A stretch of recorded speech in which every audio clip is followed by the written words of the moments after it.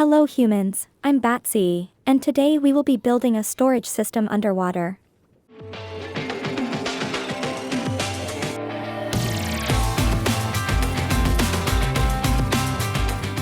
A very quick recap of what happened between episodes. The number of deaths is still at 2, leaving the ancient city aside. I haven't put myself in danger lately. I also ended up completing all of the quests from last week, which I forgot to record myself getting the rewards. Since the mod has been updated, things have been working so much better. One thing I was able to test out is that I left one mission without cashing in the reward, and it remained there for the next week, which is pretty nice. It's good to know that you don't lose any rewards during the reset. I converted all of the coins I had into gold coins, and I honestly have a pretty solid amount already, just need to wait until some shops show up at the shopping district. The progress of the quarry is as slow as ever, but it's getting there. I'm not that far off from bedrock level. I'm currently at Y level -14. Okay, I need to reach -60, so how much is that? That's 30 something. 36. No wait, 46. Yes, I think that's right. I mean, it's still a long while, but 40 levels is not too bad. I think that maybe another week or so and we make it to the bottom. I think that's pretty much all that happened between episodes. I was rather busy with fixing crafting recipes during the weekend, so I didn't play that much. Actually yes, the comments from last episode. Many people said that the color signs look better, and it's a lot easier to identify. I think I agreed, to be honest. I like how it looks. Someone mentioned that I could try using the colors on the text instead of the entire sign. I thought about that too, but I kinda like the pink letters, to be honest. I prefer the entire sign to be a different color, and keep the pink words instead. Someone also commented that I could use blue signs instead of green, since that's a color that some machines actually use. I thought it was a good idea. I might be testing it out. With that out of the way, today is all about storage systems. I normally love building sorting systems with 𝐋𝐢𝐧𝐤𝐬, but because this season I'm forcing myself to use toms and sophisticated storage as much as possible, I will be using that instead. I'm sure it will be a lot more simple and convenient to use, but hopefully it's still fun to build. I have spent quite some time crafting all the components I'm going to need for the main storage. And let me tell you something, it was incredibly expensive. Each of those connectors uses an ender pearl, so I had to grind that in the nether for a good while. Thankfully, everything else is quite cheap to craft. Most recipes just require a bunch of wood and little more. The diamond cost wasn't too bad either. I'm getting way too many diamonds with the quarry anyway. I also went ahead and crafted a bajillion upgrades and barrels, which has left me quite short in ores, but I hope that I can get a ton more of them with the quarry, now that I know how to prevent the barrel from glitching. Something that I might also try to do this episode is the mechanical crafter. It should be right here, but I honestly forgot about it during the last episode. I think that the best way to go about it is making an amalgamation of the biggest recipes, and simply patching the holes depending on what recipes I need to make. The ring is the biggest recipe, but this is disabled for obvious reasons. It's simply way too unbalanced and ridiculous. Elytra, I'm pretty sure it's the second largest recipe, which is mostly horizontal. None of those should be a problem, these are fairly small. Okay, so this is the other biggest one, and there is literally no more recipes. This is not too bad. I can probably combine both in the same shape. Wait, what did the other one had again? So it's 3 at the top, and 5 tall. Okay, a 5 by 5, but there are no corners, got it. So there is the 3 at the bottom too, and the next one. That leaves just 3 spare in the corners. Yeah, this looks good. I can just complete the shape for the crushing wheels, and simply add a few extra slots on the sides of it. The way I want to build it is along this way. Hey, do you mind? As I was trying to say, I will place it here. It might not make immediate sense why I'm not placing it in this angle instead, so it's the same as the rest of the workstation. The reason for that is that I want to build a second mechanical crafter in this section. Oh sweet, I got another trident from that one. I'm already a 2 spare tridents, I hope I can go about making a shop soon. But anyway, mechanical crafters. I'm going to build 2 different setups. On the left side I want to build a sequenced mechanical crafter, which will go along this way. I'm not entirely sure how to explain what it is. For those who have watched the first season, might remember what I'm talking about. It's basically a way to have several mechanical crafters in a row, so you can craft things that require several steps, and you can leave it there to craft stuff in bulk. That's pretty much it. But that's just if I have spare time in this episode, for now it's all about storage systems. This is where I want it to go. There is plenty of space underneath, and it should leave it very close to the rest of the workstation. I need to keep this wall in mind, because I still need to terraform it. Don't want the building being too close to the walls. I'm pretty sure that this much gap should probably be enough, to be honest. Let's check with the chunks really quick, it will be easier to calculate.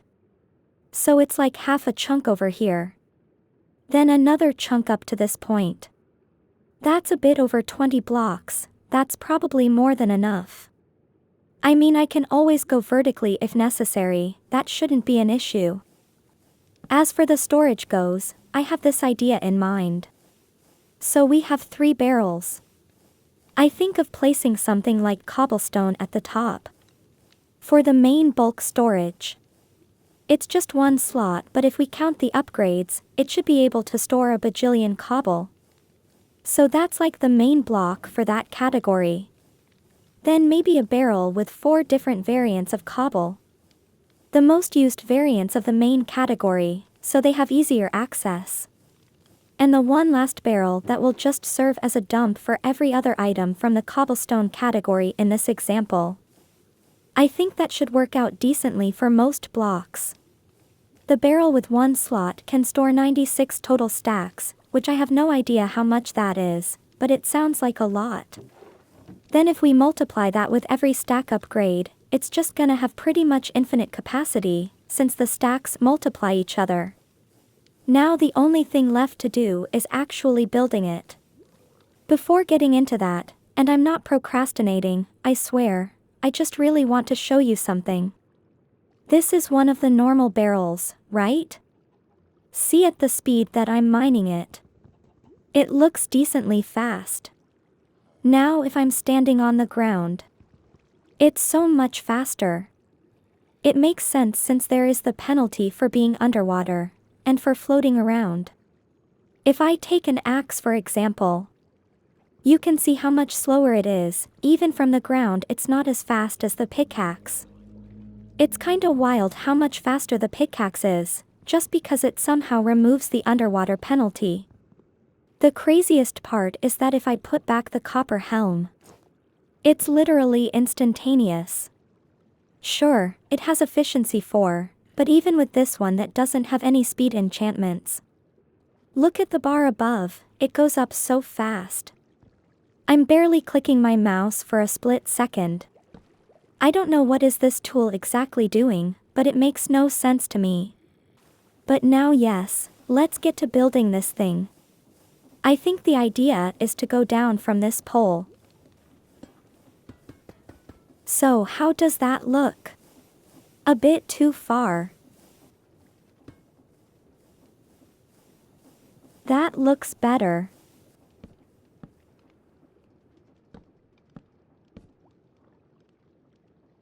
I'm going to calculate it from the other side, it will be easier to check. And that's 16, yes. So how much room does that leave? That is actually not too bad. Counting that there will be walls and everything, this is actually not too bad. Filled the rest, and I think this is looking alright. Yeah, I like it. If I need more barrels I can always go vertical. I'm not really going to be using that much space anyway. This side is 16 barrels, so I'm thinking, how many colors are there in Minecraft? Oh dear, that's a lot of counting. 1, 2, 3, 4. Damn it, I lost count. Okay, so there are 16 different colors, that's actually perfect. I'm going to use this entire row for each one of the dyes, and then go down one layer at a time with the different blocks. I will bring you all back in a moment once I have some progress done. Literally 2 minutes later. Alright, so, it's been a few hours, but I have some progress I wanted to show. I have been laying down the cables and connectors for the first row of chests. Mostly to figure out how I want to do it, then I will simply replicate it as many times as I need to. Each one of them has a filter that we can set up with anything, so that will be quite easy to do. It will just be a matter of going one by one setting them all up. I'm not sure if I will have to use proxies and stuff, because it's quite a long distance to go around it, but I will figure that out as I build more rows of it. But that's for me to find out later. Right now I wanted to show this segment over here. So I was building a loading system for the storage. Long story short, this connector, with the use of a brass funnel, is what is going to input all of the items into the system. Is that simple? Then we have another segment here that will pull items from different places, so they move towards the storage. The observers are here to tick the funnel, so the loading process works faster. What it basically does is that, every time the funnel unlocks, it will spit an item, so we can bypass the small cooldown of the funnel by ticking it faster than that. I have several videos covering this. I recommend checking those out if you are interested in it. What is relevant for us today is that the funnel is going to pull items from all of these barrels and slots. Something else that I plan on doing with this connector is the rest of the machines. I think it would be neat to extend a cable or something towards the rest of them so the funnel can also pull items from them. That way I hope to automate things a lot more, and I think that will be especially useful when I start adding more farms and things into the city. Before getting into those details, let's check this corner over here. The barrels are as usual, to dump items into them, so we can put them on the system. But the cable connectors are a bit more interesting. The idea is to use them to unload portable things. Just going to add a funnel really quickly, so I can show what I mean. This will do. All of this is part of the same storage network. The funnel facing outwards means that is going to pull items from any inventory of the network. If I throw anything in the barrel, it ends up on the other side, because the funnel is pulling from the barrel. I could also place down a backpack, and it will start pulling all of the items from it. I'm going to use this to unload shulker boxes, backpacks, and all of that. The only disappointment I'm having is that, well, it's honestly tiny. It took me a couple of minutes to build this up, and it doesn't really need any additions. If this was create only, a fast unloading system would have mine carts, and it would be so much bigger and interesting. But anyway, me getting bored aside, I'm planning on making something like an L in here, filling it all up with barrels. The other two sides will be for storage only. Not sure how far down I'm going to go, but there is plenty of room for everything in the game. Before I jump into that, something that I have been trying to figure out, but it will be for a future episode anyway, is connecting this system into the workstation. A cable going all the way underneath towards that section should do it, but I saw a couple of problems with the workstation itself. I could place a connector on the side of the barrel, and that should extract the materials from that machine. But these connectors can't be waterlogged, which ruins the looks of it in my opinion. There is also the problem that there is no more space in here. It looks like there is, but there actually isn't. I would need to remove those panels to put the cable, which I think it would ruin the looks of it. An alternative would be to connect them from underneath, which should work the same way. Some lines of cables underneath the machines shouldn't look bad either, can continue the lines of the metal girders. Then simply move them underneath the bottom ones, before it crosses to the other side towards the storage. I think that should probably do it. Okay, well, let's continue. I'm going to place down a few more layers of this, and start setting up some filters. It should be a slow but simple process. By the way, I was minding my own business. Get it? Mining instead of minding. Okay, anyway. Apparently, having the helmet equipped is enough to bug out the mining speed. I thought I had to use it with the tank too, but look. It's literally insta-mining deep slate. This makes no sense. According to the diving helmet, it just allows the wielder to breathe underwater.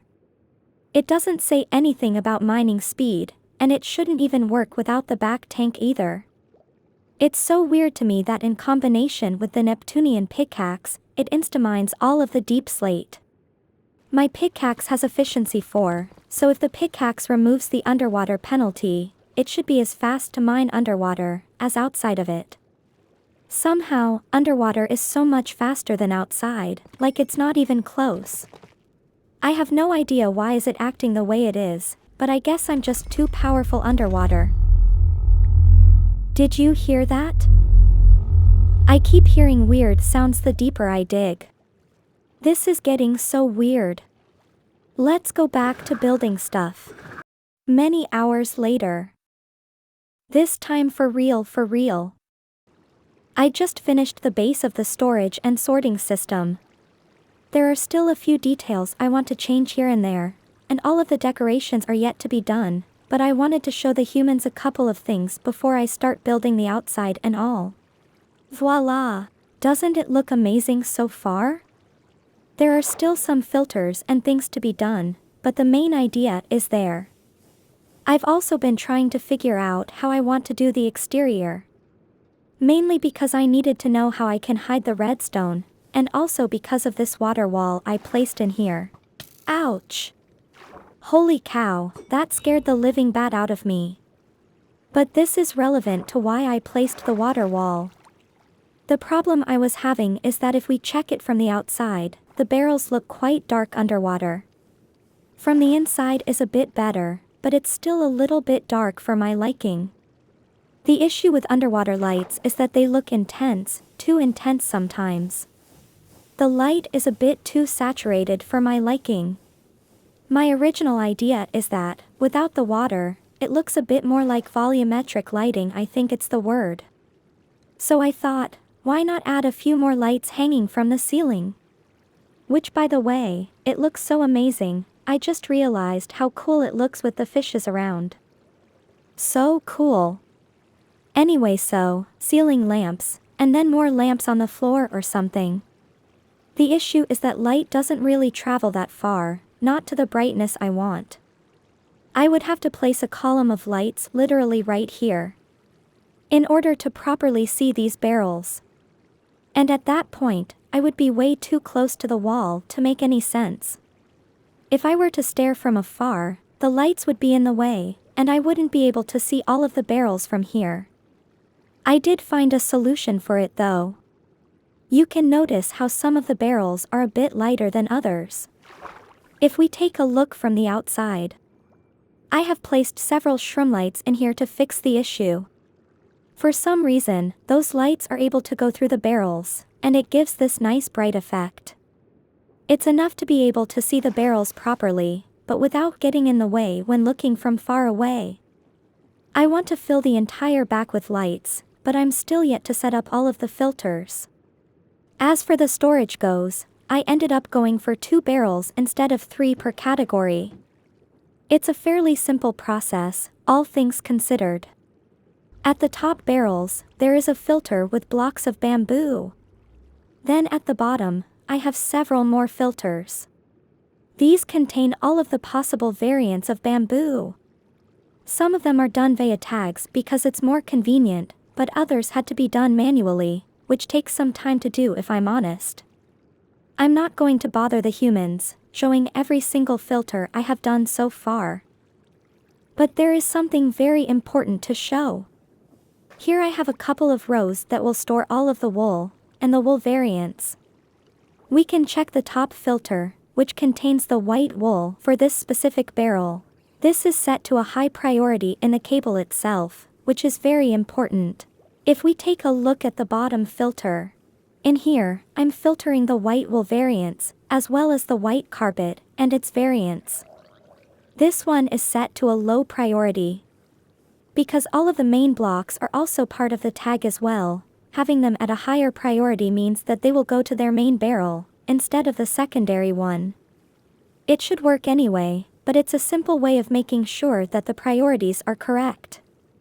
I have done the same for all of them, minus the idea of having the 4-slot barrels. That felt like way too much. In some cases, I have just combined different types of barrels. It just all depended on each specific category. I still have some barrels down here that have no filters, or any plan for them, but I will figure out later what I do about it. Over to this side, I'm placing the main ores, and I'm going to use the bottom barrels for all of the variants of them. I have also started to fill up the 4-slot barrels with the items that I use the most, which I'm still working on it.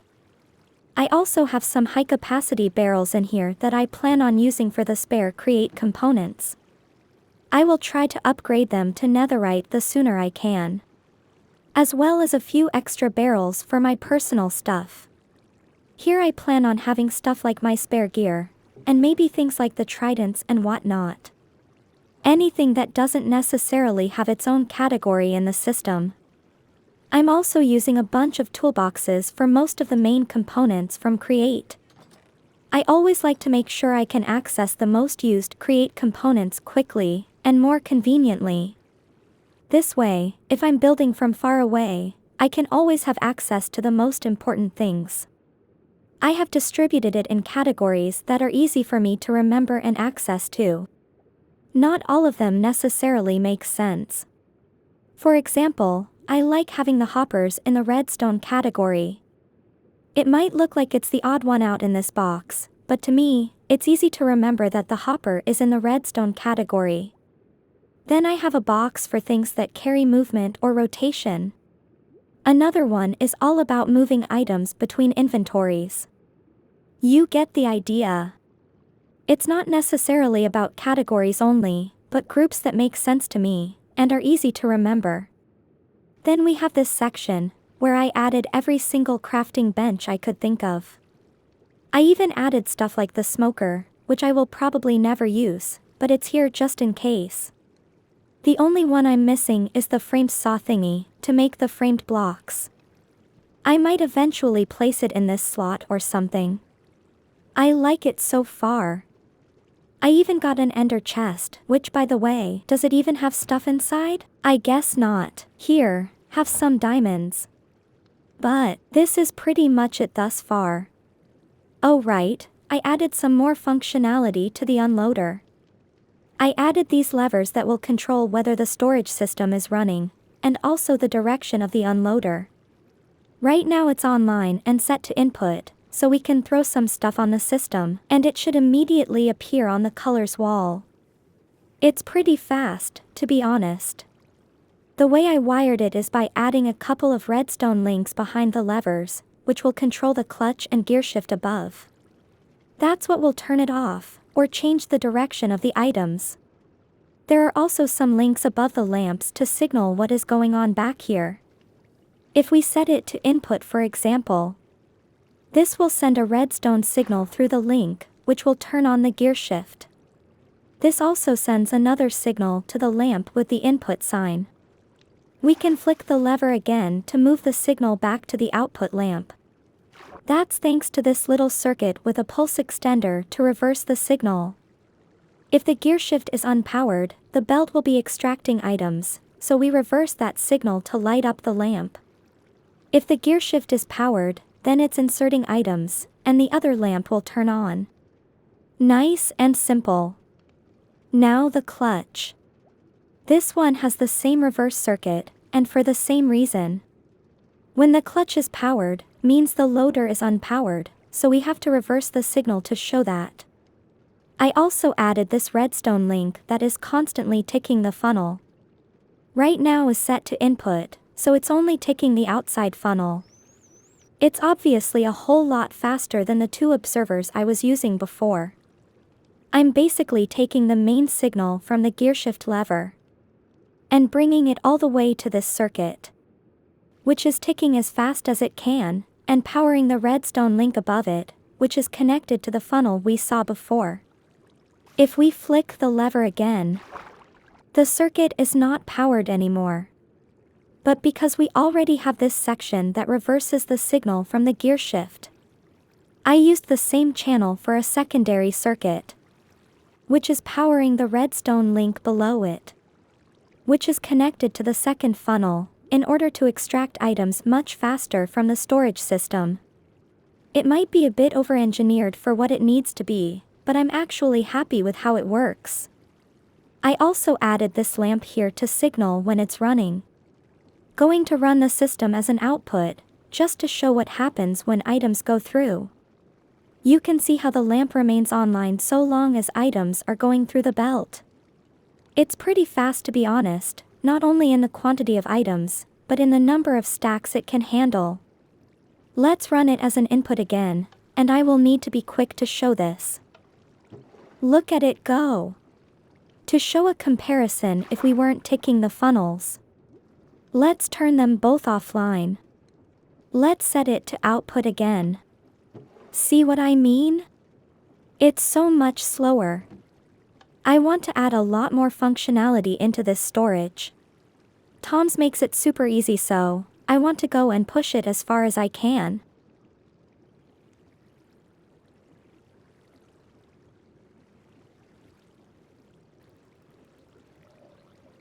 What was I doing? Right, showcasing the storage system. So yeah, it's working fine so far. The unloader is pretty fast too. The only thing missing is to connect it with the rest of the city, and I have yet to set up several of these filters, but it's going to take me days to do it. This entire wall doesn't have a filter yet, nor even an idea of what will go there. What I'm thinking is that I will slowly set it up as I find things I want to prioritize in the system. It's going to take quite a long time to set everything up, so I better get started.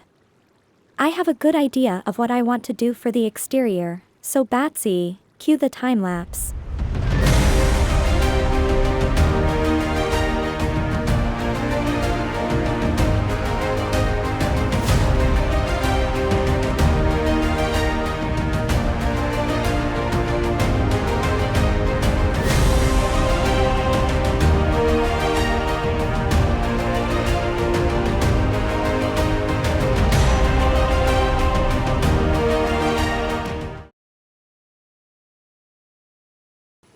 It's been several days since I started setting up the filters, and I'm still working on it.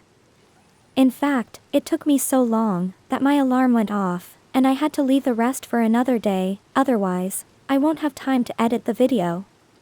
So let's waste no time. I will show you what I've done really quick, so I can go and finish this video in time. Let's see if the humans notice the first tiny little detail I added. Yes, it's the shiny floor. It's hard to spot, it's only making me blind. But I think it looks really cool though. I had to fill up the floor somehow, and I had a lot of amethyst from digging the hole, so I thought, why not? The contrast it gives with the brass tone is just amazing. I'm 100% going to use this more often throughout the city. Everything else looks about the same. I just set up all of the filters that are behind them. I tweaked a few of these barrels as I was setting things up, and for some, I had to leave a temporary sign since I don't have the blocks for them yet. The left wall is still mostly empty. I added a few new barrels, but for the rest, I will do as I said before. I'm going to be adding the filters as I find things I want to display in here. Also tweaked these too, because I felt like 2 barrels per type was a bit overkill, to be honest. So I will have to find what I want to use in here instead. That's about it. It's a lot of work behind the scenes with the filters, so there is nothing cool to look at in that regard. Let's check the outside instead. The facade is looking pretty neat, if I do say so myself. It's fairly simple, but it retains the same theme I have been using thus far. At the back, there is something I could use your opinion on. What do you think? I think there are too many columns. The roof I love. I think it has a really nice slope to it, and the various roofs connect pretty well together. But this side though. There are just too many columns in my opinion. It's more or less the theme that I want to use for the rest of the city. Something like Greek buildings. But I honestly think the columns are too close together. To fix that, I tried to use some fences between the quartz pillars. I think it improved a little bit, but I'm still not convinced, and I honestly don't know which of the fences I like more. They both look okay, but not great. While I was setting up the filters, I was watching Hermitcraft, and during an episode from 𝐋𝐢𝐧𝐤𝐬, I saw a building he made that I thought was amazing, and it fits this build so well. So I went and did this. What do you think? It kinda looks cool, doesn't it? I have found that the best angle to look at it is more or less from this side. I think it looks so cool. The brass is meant to be pipes, and the bottom of it is weather, to show that it has been used a lot. The idea of it, that I love, but the specific blocks? That I'm not too convinced about. I always build very small stuff, so this season I wanted to try doing builds like B-dubs. He adds a lot of detail to the builds through texturing, instead of through more complicated designs. So that's kinda what I'm trying to do here. The cyan background is quite bland, but I think that makes the rest of the textures pop a little bit more. Even though I'm not convinced about the specific colors I'm using, and the specific blocks for it. I do love the idea, and how it's looking so far. So with that concept in mind, I think I'm going to sparse the quartz a little bit more in here. And between the pillars, I think I'm going to texture it similarly to what I did on the other wall. I don't want to add pipes on all of them, that would look silly. But I think that less pillars and more texturing will work wonders. I'm also trying to keep in mind how it looks from afar. These pillars look fine from here. But as soon as I go more far away, see what I mean? It's back to too much quartz. One single pillar in the middle might be enough for the entire section. The bottom side is the most simple thing, and somehow, it's the one that looks the coolest to me. It's such a simple design. I used to hide the amethyst and all, but for some reason, it ended up looking pretty cool. But this is my storage system in all its glory. It's going to take me another week to polish some filters and some details, but I will be doing that between episodes. And speaking of episodes, this is going to be the end of this one. I hope the humans enjoyed the process of making a storage system, and maybe it inspired someone, or gave some ideas to make your own. If you want to join the server and play with me, you can check my Ko-Fi page in the description below. All Tier 2 fangs and above get access to my SMP. Thank you so much for watching, and I will see you all next time. Test run number 12. Okay, it seems to be working so far. Oh baby, look at it go.